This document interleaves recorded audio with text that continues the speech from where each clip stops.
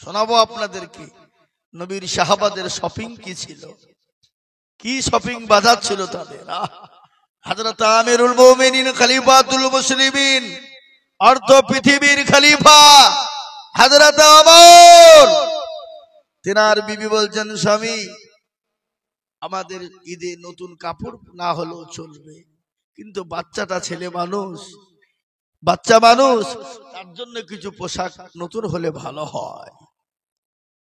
তিনি চিঠি লিখলেন, তিনি তো আমিরুল মুমিনিন, তিনি তো অর্ধ পৃথিবীর খলিফা, তিনি অর্ধেক জাহানের মালিক। তিনি চিঠি লিখলেন তার গভর্নর, তার হিসাব রক্ষককে।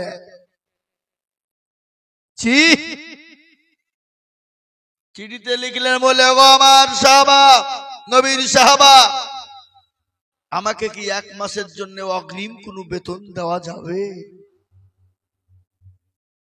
সেই নবীর সাহাবা যিনি হিসাব রক্ষক ছিলেন, তার চোখ দিয়ে ঝরঝর করে পানি ঝরে গেল। যিনি আমিরুল মুমিনিন খলিফাতুল মুসলিমিন, যিনি অর্ধ পৃথিবীর খলিফা, তিনি আজকে অগ্রিম আমার কাছে 1 মাসের বেতন চাই। সাহাবা তিনি চিঠির উত্তরে লিখে দিয়ে বললেন, আমিরুল মুমিনিন খলিফাতুল মুসলিমিন, আপনি আমার কাছে 1 মাসের অগ্রিম চিঠি লিখে পাঠিয়েছেন, আপনি বেতন নেবেন। আপনি চিঠিতে লিখে দেন আপনি সামনে 1 মাস আগে বেঁচে থাকবেন কিনা, আপনি বেঁচে থাকবেন কিনা আপনি গ্যারান্টি দিয়ে লিখে দেন। আপনি যদি 1 মাস সামনে বেঁচে থাকেন, আমি আপনাকে 1 মাস অগ্রিম বেতন দিয়ে দিব। ওগো আমিরুল মুমিনিন খলিফাতুল মুসলিমিন, আপনি অর্ধ পৃথিবীর খলিফা, আপনাকে যে মসনদে রাখা হয়েছে, আপনাকে খলিফা হিসাবে রেখেছে জনগণ, আপনাকে আগামী 1 মাস আপনাকে জনগণ খলিফা হিসাবে রাখবে কি গ্যারান্টি আছে? আপনি 1 মাস কিরকম করে আপনি অগ্রিম বেতন চান? চিঠিখানা চলে এলো হযরত আমিরুল মুমিনিন খলিফাতুল মুসলিমিন, অর্ধ পৃথিবীর খলিফা, চোখ দিয়ে অঝর নয়নে ঝরঝর করে পানি ঝরে যায়। বিবি বলেন, স্বামী গো, আপনার চোখে কেন পানি, কান্না করেন কেন? বলে, বিবি রে, আমি যে অর্ধ পৃথিবীর খলিফা, আমি যে আমিরুল মুমিনিন, আমি যে খলিফাতুল মুসলিমিন, আমি 1 মাসের বেতন চেয়ে আমি চিঠি দিয়েছিলাম। আমার হিসাব রক্ষক যিনি ছিলেন, তিনি আমার চিঠিতে উত্তর দিয়ে বলেছেন, ওগো আমিরুল মুমিনিন, আপনি সামনে 1 মাস বেঁচে থাকবেন কিনা গ্যারান্টি আছে? জনগণ আপনাকে খলিফা হিসাবে রাখবে কিনা, এই গ্যারান্টি যদি আপনি দিতে পারেন, আমি আপনাকে সামনের 1 মাস আমি আপনার জন্য বেতনকে নির্ধারিত করে দেব। কি তাদের শপিং! আমানত কাকে বলে? আমানত কাকে বলে? আজকে আমাদের দেশের নেতা মন্ত্রীদের তো আমানত নাই, আমাদের নেতা মন্ত্রীরা তো আমানত রাখে না। আমাদের দেশের নেতা মন্ত্রীরা গরিবের ঘরকে মেরে খেয়ে নেয়, আছে না নাই? জোরে বলুন, কথা কন না কেন? আমাদের দেশের নেতারা গরিবের মাল আপনার সরকার ঘর দেয়, তাদের কাছে কাটমানি চাই, বলে টাকা দাও নাইলে ঘর হবে না। গরিবের মালকে লুটপাট করে খেয়ে নেয়। এটা তো হলো আমাদের দেশের আর একটা আইন। দেখেন, আমাদের দেশের নেতা মন্ত্রীরা ক্ষমতা পেয়ে তারা মনে মনে করছে আমরা বহুত কিছু হয়ে গেছি, কিন্তু জনগণের উদ্যোগেও নাই। জনগণ যদি মনে করে নেতা রাখবো না, ওই নেতার বাপেরও ক্ষমতা নাই মসনদে থাকতে পারে, ঠিক না? যারা বলুন, কথা বলেন না কেন? আজকে বলেন মসনদে বসে ক্ষমতা পেয়ে আজকে তারা ওয়াকফ বিলটাকে মুসলমানদের কাছ থেকে কেড়ে নিতে চায়, জমি কেড়ে নিতে চায়, মুসলমানদের মসজিদ মাদ্রাসা মারকাজ খানকাকে বন্ধ করে দিতে চায়। কিন্তু আপনারা জানেন ওয়াকফ সম্পত্তি যদি মুসলমানদের কাছ থেকে চলে যায়, আপনি আপনার আগামীকাল যদি আপনার বাপ মারা যায়, মা মারা যায়, আপনার মাটি কবর খুঁড়ে মাটি দেওয়ার মতন সমর্থ ক্ষমতা নাই। আপনাকে চিঠি লিখতে হবে ডোমকুল থানায়, ডোমকুল থেকে বহরমপুর, বহরমপুর থেকে কলকাতা হাইকোর্টে যাবে, হাইকোর্ট থেকে দিল্লি সুপ্রিম কোর্টে যাবে। সুপ্রিম কোর্ট যদি আপনাকে আইন দেয়, আপনি আপনার বাপকে কবর খুঁড়ে মাটি দিতে পারবেন, নচেত আপনি আপনার বাপকে মাটি দিতে পারবেন না। আপনি মসজিদে আজান দিবেন, আল্লাহু আকবার, আল্লাহু আকবার, আজান দিবেন, আল্লাহ বড়, আল্লাহ বড়, আল্লাহ বড়। আপনি আজান দিবেন, মসজিদের লাউড স্পিকার বন্ধ করে দিবে, আপনার মাইক বন্ধ করে দিয়ে আপনাকে অ্যারেস্ট করবে, আপনার মসজিদে মাইকে আজান দেওয়া হবে না। তার কারণ আপনারা জানেন ভারতবর্ষের একটা রাজ্যে এই তো কিছুদিন হলো এখনো আইন পাস করেছে, মসজিদে লাউড স্পিকারে আজান দেওয়া যাবে না, মাইক নামিয়ে দিয়েছে। মাইকে হলো না, ছাদের ওপর মুসলমান আজান দিতে গেল, মুসলমানদেরকে ছাদ থেকে নেমে অ্যারেস্ট করে দিল। এই যে একজন ইমাম সাহেব সেই দিন আজান দেওয়ার কারণে তাকে তুলে নিয়ে গিয়ে তার উপর 2 লক্ষ টাকা জরিমানা করলো। হ্যাঁ মুসলমান, আজকে ওয়াকফ সম্পত্তিটা যদি কেড়ে নেয়, আজকে মুসলমানদের আজান দিতে পারা যাবে না, মুসলমানদের নামাজ হবে না, মুসলমানদের মসজিদ গুলা তালা মেরে দিবে, মুসলমানদের গোরস্থান গুলা তালা মেরে দিবে, মুসলমানদের ঈদগাহতে নামাজ পড়তে দেবে না। আমি আপনাদেরকে বলি বাবা, সে নেতা তো আর নেতা নয়, যে নেতা ছিলেন আমিরুল মুমিনিন খলিফাতুল মুসলিমিন, অর্থ পৃথিবীর খলিফা, ওই ওমরের জীবনী আজকে আমি আপনাদেরকে তো শোনাই, শোনাবো কিনা? কি চলবে না? চলবে না? ওই হযরত আমিরুল মুমিনিন খলিফাতুল মুসলিমিন অর্থ পৃথিবীর খলিফা হযরত ওমর, ওমর রাদিয়াল্লাহু তাআলা আনহুর একটা ঘটনা আপনাদেরকে শোনাই। আপনারা জানেন ওই ওমরের জীবনী কি ছিল? যে ওমর রাস্তা দিয়ে গেলে শয়তান 40 দিন যেত না। কয়দিন? জোরে বলুন। 40 দিন। সেই ওমর, যে ওমর ছিল নারী সত্যের জম, যে ওমর ছিল নারীদের জম, যে ওমর ছিল আপনার মানুষের জম, যে ওমর মানুষের রক্ত মাংস নিয়ে খেলতো। ইসলাম কত পরিষ্কার পরিচ্ছন্ন দেখে নেন, ইসলাম কত ভালো। ইসলামের ভিতরে দল পার্টি মেজরিটি মাইনরিটি নাই। ওই ওমরের জীবনী আমি আপনাদেরকে তুলে ধরি। এই দুনিয়ায় বিশ্ব নবী, দয়ার নবী মানুষের কাছে যখন কলেমার দাওয়াত নিয়ে দিতে লাগলেন, কলেমা প্রচার হয়ে যায়। কলেমা প্রচার করতে করতে করতে করতে বেঈমান কাফের আবু জাহেলরা বলল, সর্বনাশ, এ তো মুহাম্মদ আব্দুল্লাহর বেটা, আমাদের ধর্মকে শেষ করে দিবে, নষ্ট করে দিবে। কি করা যায়? বন্ধ করা লাগবে। আবু জেহেল কি করলো? সমস্ত গ্রামের, দেশের, পাড়া প্রতিবেশী এলাকার মানুষকে ডাকলো, বলে শোনো, ওই মোহাম্মদ আব্দুল্লাহর বেটা সে একটা না জানি কি ধর্ম নিয়ে এসেছে, আসার পরে তার দিকে মানুষকে টেনে নেয়। বন্ধ করতে হবে। কি করতে হবে? বন্ধ করতে হবে।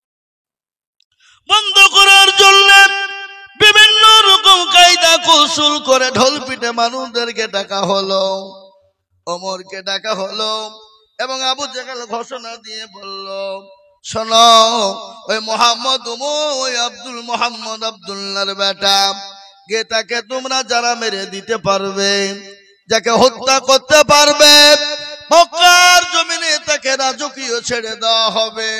সুন্দরী রমণী তার সঙ্গে বিবাহ দেওয়া হবে এবং কি উটনি 100 টাকা উট তাকে পুরস্কার দেওয়া হবে। কিন্তু সকলের মন অর্থের দিকে কুলুকুলু করে না জোরে বলুন।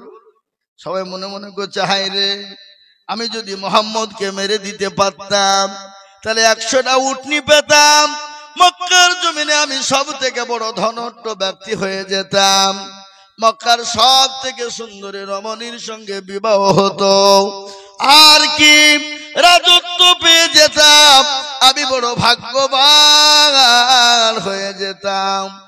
কিন্তু সকলের মন তো খারাপ, কিন্তু তারা আবার মনে মনে করছে মুহাম্মদের গর্দান কাটতে যাব, আমি ফিরে আসবো, এ জীবনের কোনো গ্যারান্টি আছে নাকি? এ বাবা বলেন, আপনার জীবনে যদি বেঁচে না থাকে আপনার সম্পদ কি হবে? সম্পদের কোন দাম আছে?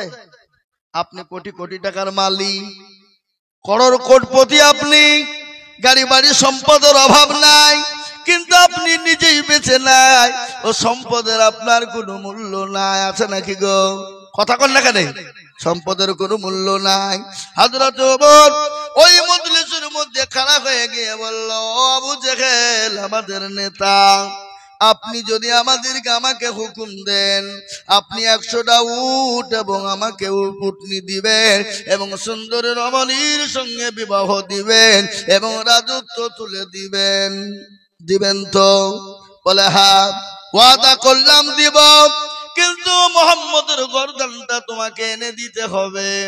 ওমর বলল, শোনো নেতা, যতক্ষণ পর্যন্ত মুহাম্মদের গর্দান না কাটবো আমি ততক্ষণ পর্যন্ত পানি পান করব না। নাউজুবিল্লাহ বলুন। ওই ওমর অলঙ্গ তরবারি বের করেছে।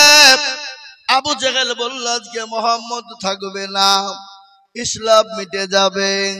ইসলামের মালিক কে? কথা কন না কেন? ইসলামের মালিক আল্লাহ। ইসলামকে কেউ মিটিয়ে দিতে পারেনি। আদম নবী আলাইহিস সালাম থেকে নিয়ে যুগ যুগ যুগ যুগ ধরে ইসলাম চলে আসছে এবং মারতে দাম পৃথিবী যতদিন থাকবে ইসলাম থাকবে। থাকবে না ভাই? কথা বলেন না কেন?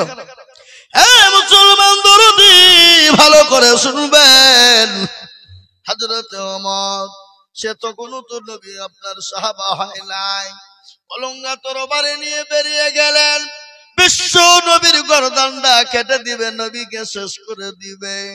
রাস্তায় যেতে যেতে দেখলেন একজন নবীর সাহাবা হযরত নাঈম নতুন কলমা পড়ে মুসলমান হয়েছে।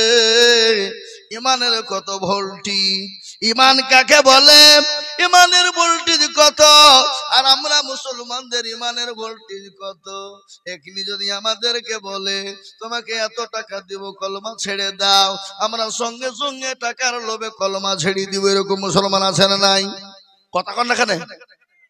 আছে, বুঝলে হবে না?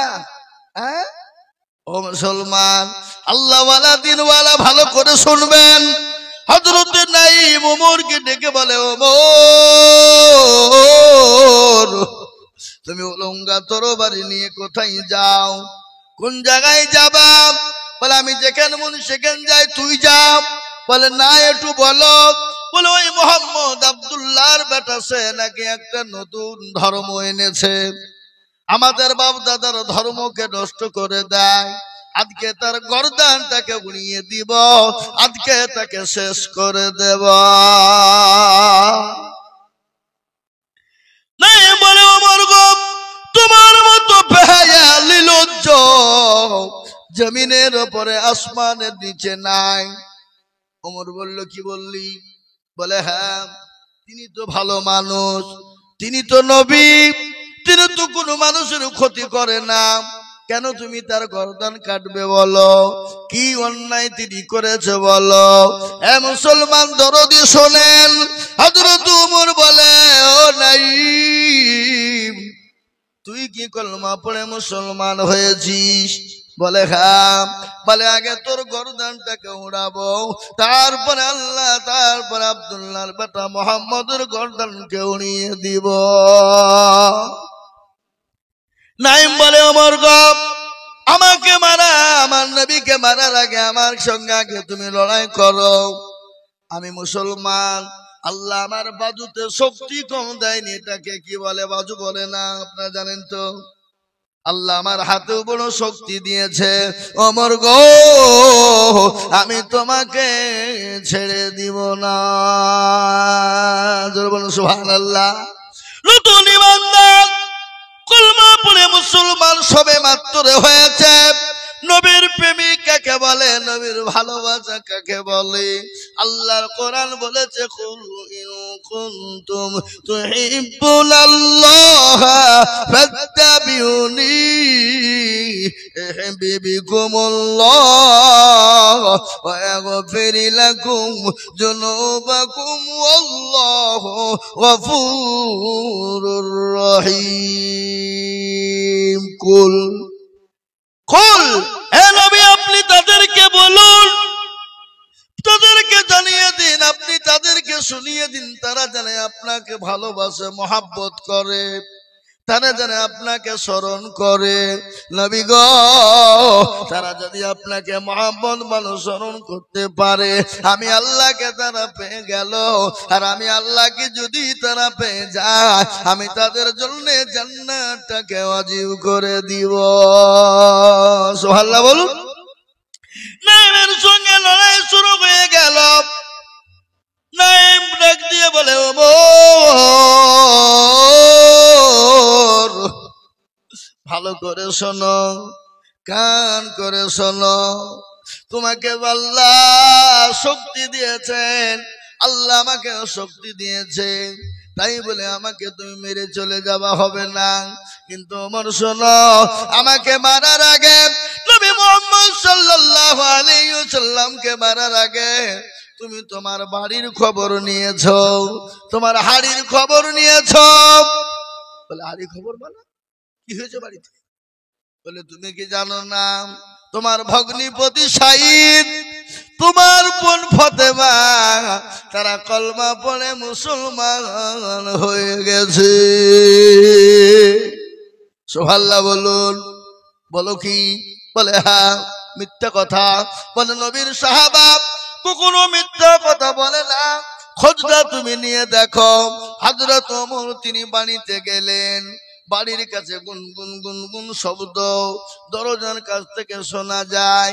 কি জানে বাড়ির ভিতরে গুনগুন গুনগুন শব্দ হয়। কিন্তু হযরত শহীদ এবং ওমরের বোনকে কোরআনে কারিমা শিক্ষা দিচ্ছিলেন যিনি, তিনি হলেন নবীর সাহাবা হযরত খাব্বাব রাদিয়াল্লাহু তাআলা আনহু। হাদিসের মধ্যে এসেছে, হুজুর জানেন, নবী বললেন, خيركم من تعلم القرآن وعلمه।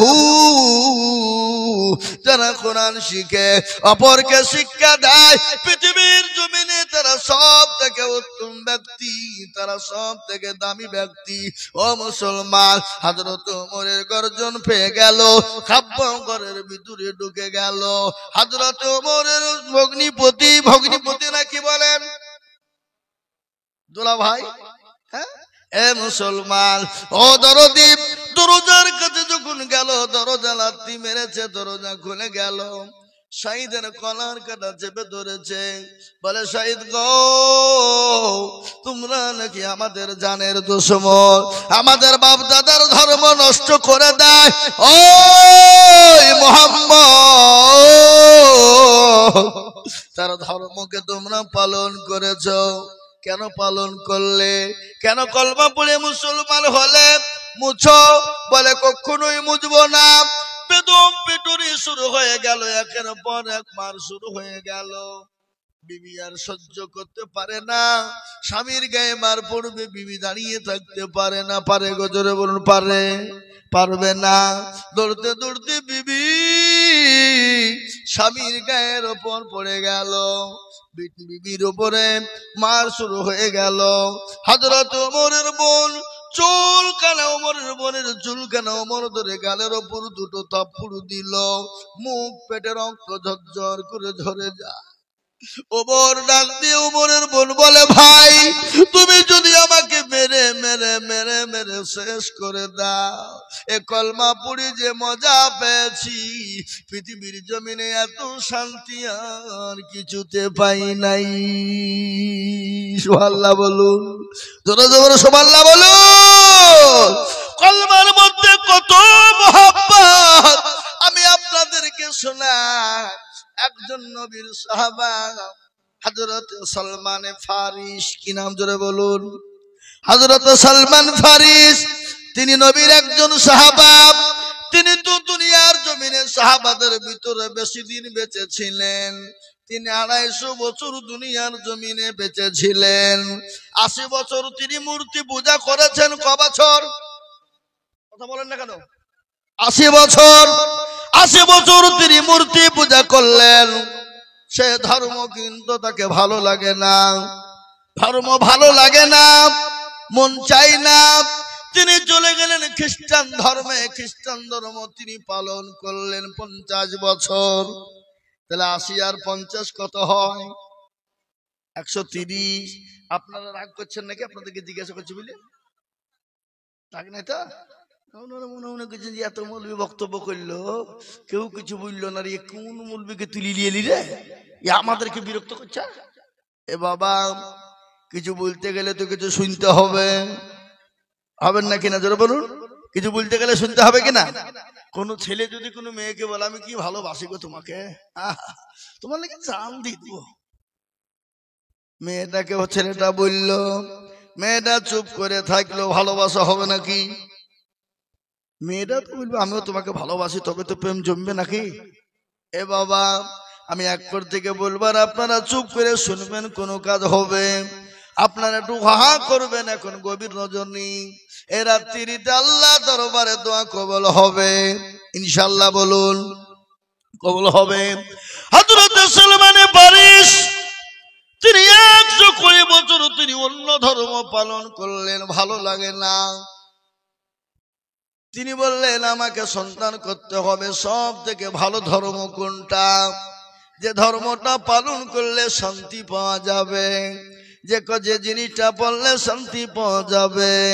খ্রিস্টানের কাছে গেলেন, খ্রিস্টানের পাদ্রী ডাক দিয়ে বলেন, সালমান তুমি তো ভালো মানুষ, তুমি তো ভদ্র মানুষ, আমি তোমাকে বলি তুমি 80 বছর মূর্তি পূজা করেছো, আর 50 বছর ধরে তুমি খ্রিস্টানদের পাদ্রী সঙ্গে থেকে তুমি খ্রিস্টানি ধর্ম পালন করেছো, শান্তি পাও নাই?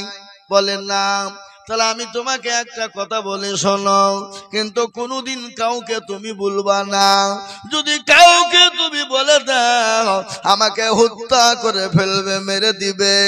বলে পৃথিবীর জমিনে এমন একজন মানুষের আবির্ভাব হবে, এমন একজন নবীর আবির্ভাব হবে, তিনি হলেন ইসলাম দরদি নবী, তিনি হলেন কলমাওয়ালা নবী। তিনার কলমা লা ইলাহা ইল্লাল্লাহ মুহাম্মাদুর রাসূলুল্লাহ পড়বে, তোমার দিল ঠান্ডা হয়ে যাবে। সেটা হলো সত্য ধর্ম। কিন্তু সালমান কোনোদিন কোনো কাউকে বলবা না, আমি তোমাকে বলেছি, এটা কেউ যদি জেনে ফেলে তাহলে আমাকে হত্যা করে ফেলবে, আমাকে মেরে ফেলবে। হযরত সালমান ফারিস ডাক দিয়ে বলেন, পাদ্রীজি আমি কোথায় পাবো সে ধর্ম, কোথায় পাবো সে মানুষটিকে, কোথায় পাবো সে নবীকে, কোথায় পাবো? বলে সেই দেশে, যে দেশে বেশি খেজুরের গাছ হয়, যে দেশে বেশি খেজুর হয়, সেই দেশে তোমরা সেই মানুষটিকে পাবে। সে মানুষটির নাম হলো মুহাম্মাদুর রাসূলুল্লাহ। সকলে বলুন সাল্লাল্লাহু আলাইহি ওয়াসাল্লাম। কিন্তু শোনো, তিনি যে নবী তুমি কি করে চিনবা? চিনার উপায় কি তুমি জানো? বলে কি? বলে তুমি তিনটে জিনিস লক্ষ্য করবা। 1 নম্বর, তুমি তার জন্য জন্য কিছু সদকা নিয়ে যাবা। সদকা বুঝেন না? এই কথা বলেন না কেন? সদকা। আর নবী বলেছেন সাদাকু তারাদুল বালা, সদকা করলে বালা দূর হয়ে যায়। সুবহানাল্লাহ। বলে সদকা নিবা, কিন্তু সে তো সদকা গ্রহণ করবে না। তিনি যদি নবী হয় তিনি সদকা নিবে না, সদকা তিনি নিবেন না, সদকা গ্রহণ করবে না। আজকে শুনলেন আমাদের ঈদগাহ, আমাদের জুম্মায়, মসজিদ গুলানে সদকা যায় না? সদকার মাল, সদকার মাল মসজিদে যায়। আর আমাদের দেশের জাকাত পার্টিওয়ালারা সদকার মাল খাওয়ার জন্য মসজিদে মারামারি করে। আপনাদের দেশে সব নাই?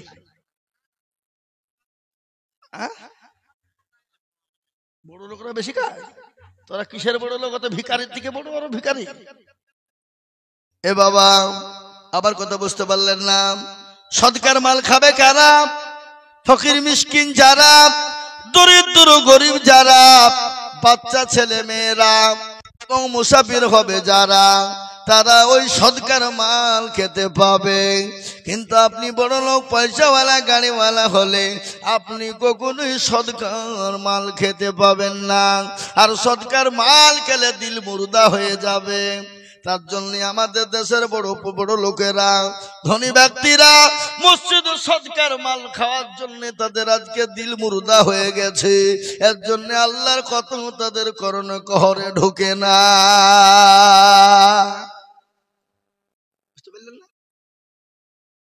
সদকা বলে সর্বপ্রথম নবীকে সদকা দিবা। তিনি যদি নবী হন সদকা দিবে না। দ্বিতীয় নম্বর হলো তাকে হাদিয়া নিয়ে যে দিবা। তিনি যদি হাদিয়াটা গ্রহণ করে নেয় তাহলে জানবা সে নবী।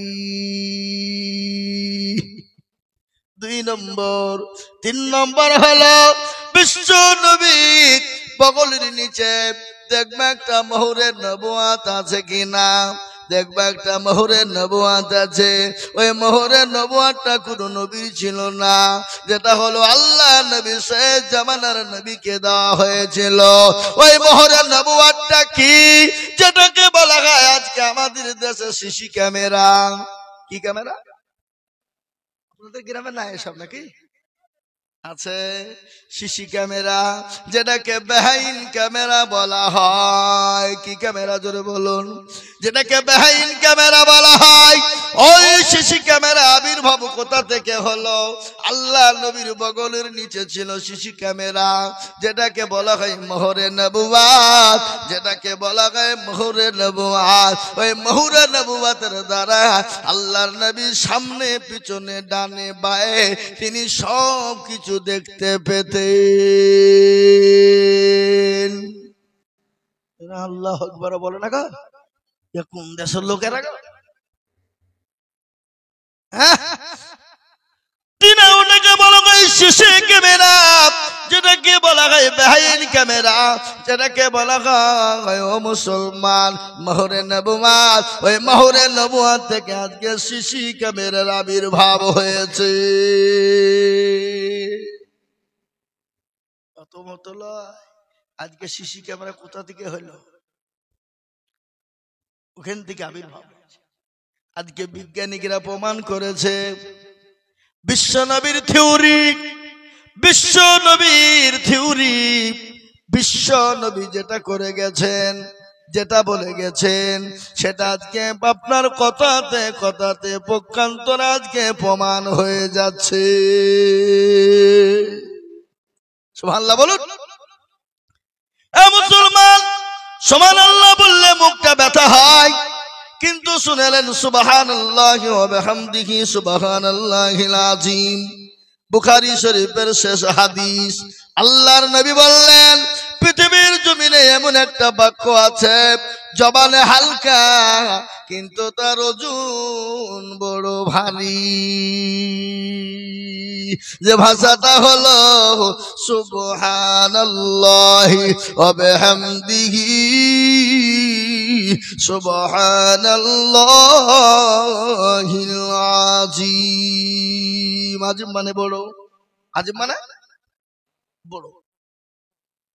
আজি মানে বড়, যেমন পৃথিবীর জমিনে সব থেকে বড় গুনাহ কি? কথা বলেন তো ভাই, আপনারা দেখি কে পারবেন বলতে। পৃথিবীর জমিনে সব থেকে বড় গুনাহ কি, কে বলতে পারবেন বলুন দেখি।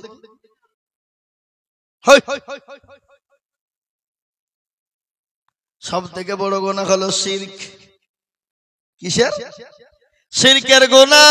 কুরআন বলেছে শিরকা লাযুলমুল আযীম। আল্লাহু আকবার।